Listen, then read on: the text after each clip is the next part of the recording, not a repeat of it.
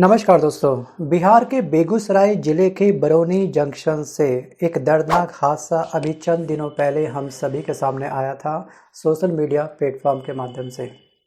यहाँ के railway station पर ट्रेन के इंजन और बोगियों के बीच में फंसने से एक रेल कर्मी की मौत हो गई थी, जिसका नाम था अमर कुमार राउत। और इस दर्दनाक घटना के बाद जब वीडियो हम सबके सामने आया और हम सभी आम जनता की जहन में एक सबसे बड़ा सवाल खड़ा हुआ कि आखिरकार ये कब तक चलेगा। मतलब कि जो प्रोसेस है, जो प्रक्रिया है, जिसे हम बोलते हैं शंटिंग, जिसे हम बोलते हैं कपलिंग करना और डीकपलिंग करना, इस प्रथा को या फिर इस मैनुअल तरीके को ये हमारा वैश्विक गुरु जो हमारा भारत है वो इसे कब तक बंद करेगा। जी हाँ, लगातार दोस्तों इस तरह की घटनाएं अब बढ़ रही हैं। अगर आप देखो हमारा रिकॉर्ड उठा करके रेल मंत्रालय का, तो कपलिंग और डीकपलिंग के माध्यम से काफ़ी सारे रेलकर्मी अपनी जान से हाथ धो बैठते हैं। अब यहाँ पर जिसमें एक रेलकर्मी इंजन और बोगी के बीच में बुरी तरह से फंसा हुआ नजर आ रहा था और रेलवे की ओर से इस घटना की प्राथमिक जांच की गई, जैसे हर रेल मंत्रालय करता है हमारा। हर बार कोई भी घटना घटित होती है, आपस में ट्रेन भिड़ जाती है तो एक जांच कमेटी बैठा करके उसकी जांच शुरू हो जाती है। तो फाइनली आखिरकार रिजल्ट क्या निकला, इन सभी घटनाओं पे फुल स्टॉप कब लगेगा, आपकी इन सभी लापरवाही के ऊपर जी हाँ एक पूर्ण विराम कब लगेगा, ये हमारा सवाल है वर्तमान की सत्ताधारी सरकार से, वर्तमान के रेल मंत्रालय से, वर्तमान के रेल मंत्री से, जो केवल बन चुके हैं रेल मंत्री। जी हाँ, रेल्स मंत्री। आपको दोस्तों पता होगा छठ पूजा जब उस समय हो रही थी, जिस समय इनका वो वीडियो आया था कि हमने सारी सुविधाएं आम जनता को दे दी है, ट्रेन में सीट सबके लिए है। लेकिन एक तरफ वहीं पर दूसरा वीडियो ये भी आया था जहाँ पर लोग भर भर के बोगी के अंदर, जी हाँ जानवरों की तरह, जी हाँ भरे पड़े जा रहे थे। मतलब कि एक मैंने देखा था वीडियो जिसमें वो मतलब करके शायद एक पर्दा सा बना करके उसके ऊपर लेट करके जा रहा था, बैठ के जा रहा था। मतलब घुसने तक की जगह नहीं थी, वहाँ पे लोग अपना इंतजाम कर रहे कि कैसे हम घुसें। ये है वर्तमान की तस्वीर और ये हमारा वर्तमान का अमृतकाल। अब यहाँ पे जांच हो गई है, जांच करने के आदेश दे दिए गए हैं। क्या जो ज़िंदगी चली गई है अब तक, क्या वो ज़िंदगी वापस आ सकती है? सवाल ये भी है। पहले हम बात करते हैं कि आखिरकार ये हादसा कैसे हुआ। बरौनी जंक्शंस पर शंटिंग मतलब कि रेल इंजन और बोगी को जोड़ने और अलग करने की जो प्रक्रिया होती है, जोड़ने और जो अलग करने की प्रक्रिया होती है, और इस दौरान समन्वय की कमी से इस रेल कर्मी मतलब कि जो पॉइंट्समैन होते हैं, इनका हृदय विदारक मौत हो गई। ये दिखाया गया है गोदी मीडिया के द्वारा। मतलब इनको हार्ट अटैक अचानक से आ गया था, तब डेथ हुई है। अब रेलवे की ओर से की गई घटना की प्राथमिक जांच में इसका कारण दो रेल कर्मियों के बीच सही तालमेल ना होना पाया गया था। मतलब कि बीच में एक कम्युनिकेशंस गैप आ गया, मिसकम्युनिकेशंस हल्का सा बन गया, इसकी वजह से जी हाँ इसकी डेथ हुई है। अब रेलवे ने घटना की विस्तृत जांच के आदेश दे दिए हैं और लखनऊ बरौनी जंक्शन या फिर लखनऊ बरौनी जो एक्सप्रेस है, ट्रेन नंबर है आपका 15204, जी हाँ 15204 ट्रेन नंबर, शनिवार यानी कि अभी कुछ दिन पहले सुबह 8:10 पर बरौनी जंक्शन के प्लेटफॉर्म नंबर 5 पर पहुंची थी। और उसके बाद करीब 10 बजे के आसपास 10 बजे स्टेशन मास्टर ने समस्तीपुर जिले के दल सिंह सराय निवासी जो पॉइंट्समैन हैं अमर कुमार राउत को इन्फॉर्म किया और इनके साथ में मोहम्मद सुलेमानी को भी इन्फॉर्म किया कि आपको कपलिंग करनी है, मतलब डीकपलिंग करनी है। अब यहाँ पर ये दोनों व्यक्ति को ये काम सौंपा गया था और इस दौरान जब अमर कपलिंग खोल रहा था, जी हाँ जो जॉइंट को, जो हुक्का होता है, जो नोब होता है, जो हुक होता है, उसको खोल रहा था तो इंजन अचानक से पीछे आ गया। इंजन का वेट बहुत अधिक होता है, ठीक है, पूरा वेट उसके ऊपर आ गया और इससे अमर के बफर के बीच में दबने से मौत हो गई।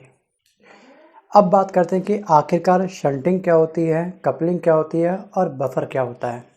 एक्चुअली ट्रेन के इंजन को बोगी से अलग करने या फिर जोड़ने की जो प्रक्रिया होती है, इसे हम बोलते हैं शंटिंग, ठीक है। और इस प्रक्रिया को या फिर इस प्रोसेस को जो व्यक्ति अंजाम देता है, जो इस काम को करता है संपन्न, उसे बोलते हैं पॉइंट्समैन। अब यहाँ पे एक टर्म है बफर। बफर एक्चुअली इंजन और बोगी के दोनों सिरों पर लगा होता है।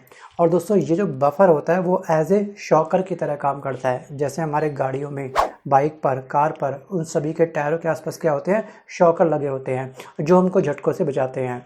और उसी तरह से दोस्तों बफर होता है, ये इंजन और बोगी के आपस में टकराने पर ये बफर झटकों का असर कम कर देता है। जी हाँ, अगर झटके कम लगेंगे तो उससे क्या होगा कि जो जनता की यात्रा है वो काफ़ी सुगम हो जाएगी। अगर ये बफर ना हो तो सोचिए, कल्पना करिए कि क्या हाल होगा। आप वो कल्पना छोड़िए, आप ये कल्पना करिए कि अगर आपके बाइक से या फिर कार से अगर शॉकर ख़त्म कर दिए जाएँ तो क्या होगा। सो गैस, इसी तरह से इंजन और बोगी को जोड़ने या खोलने के लिए लोहे का एक हुक या कुंदा बना होता है। उसको हटाने या फिर उसको लगाने की प्रक्रिया जो होती है ये कहते हैं शंटिंग, राइट।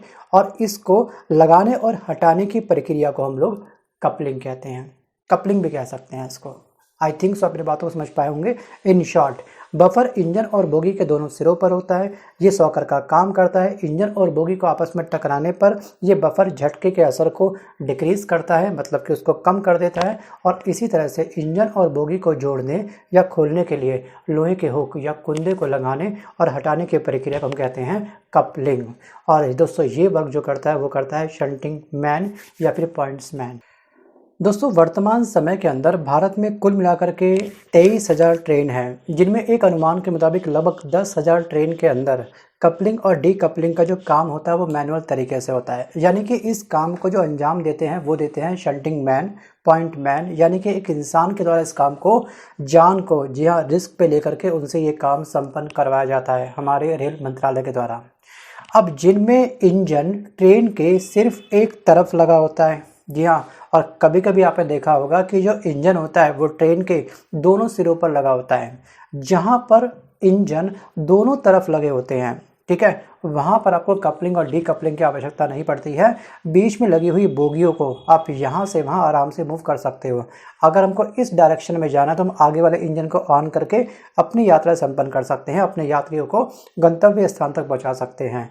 अगर हमको दोस्तों इस तरफ की डायरेक्शन लेनी तो हम उस वाले इंजन का प्रयोग करके अपनी यात्रा स्टार्ट कर सकते हैं। तो वहाँ पर हमको कपलिंग और डीकपलिंग की आवश्यकता नहीं पड़ती है।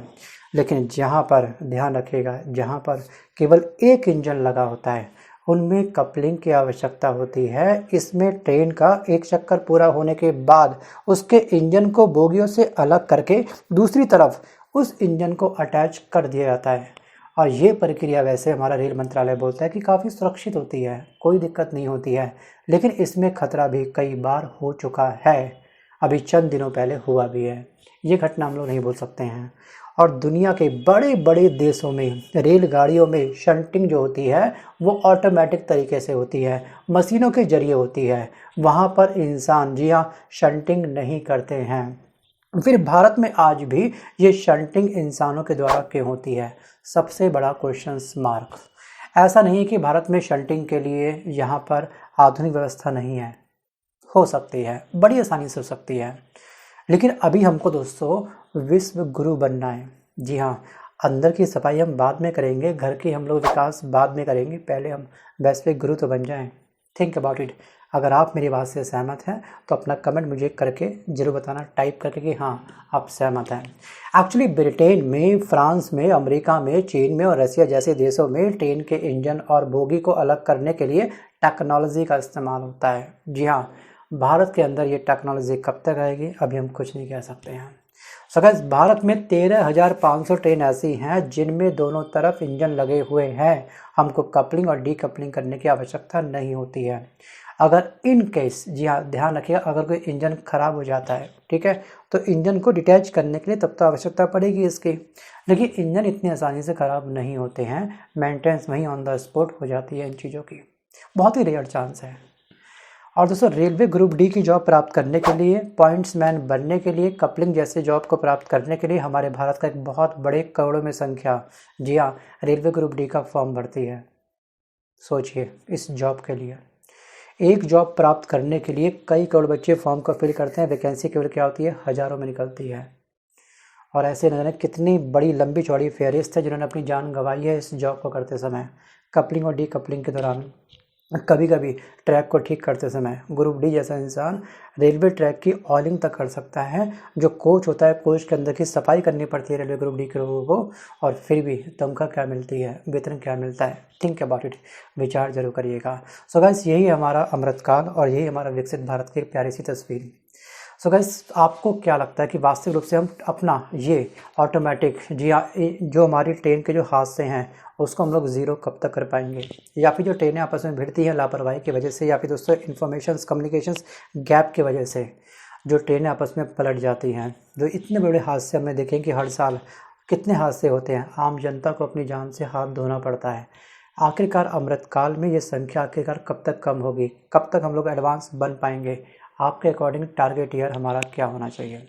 अगर आप भारत के पीएम होते तो सबसे पहले आप किस मुद्दे पे काम करते?